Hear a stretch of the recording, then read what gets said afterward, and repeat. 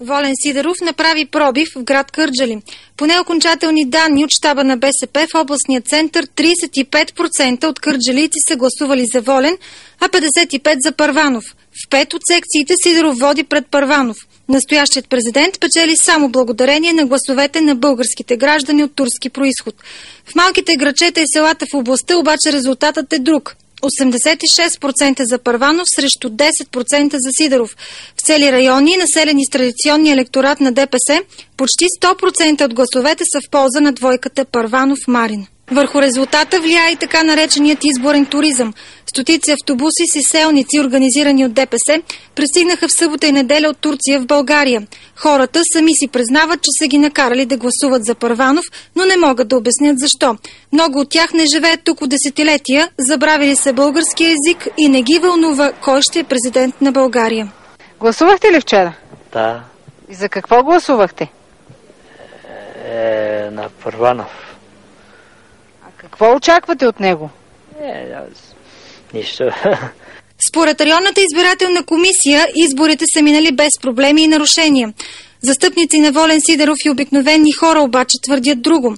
Отново е имало масови нарушения в отдалечените селища, заплахи и принуждаване на местните да гласуват за Първанов. Хората са видели безобразията, но молят да не показваме лицата им, защото се страхуват.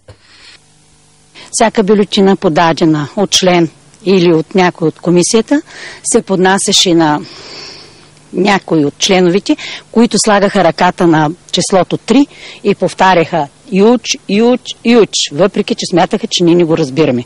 И се свиваше бюлетината и се водеше човека до кабинката, където трябва да се гласува. 2 цеха има за шивачи, които не са им плащали много време заплатите.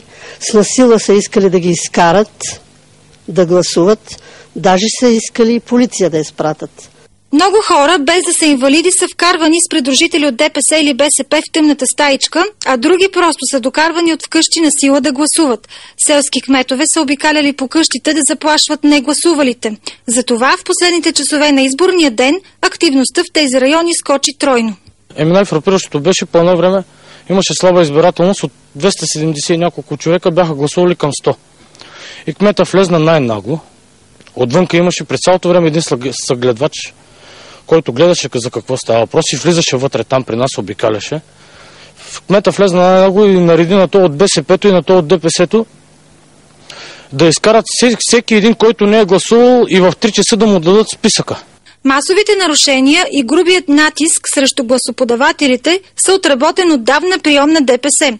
Така движението не за първи път печели изборите в смесените райони. Сега в същата схема се включва и БСП.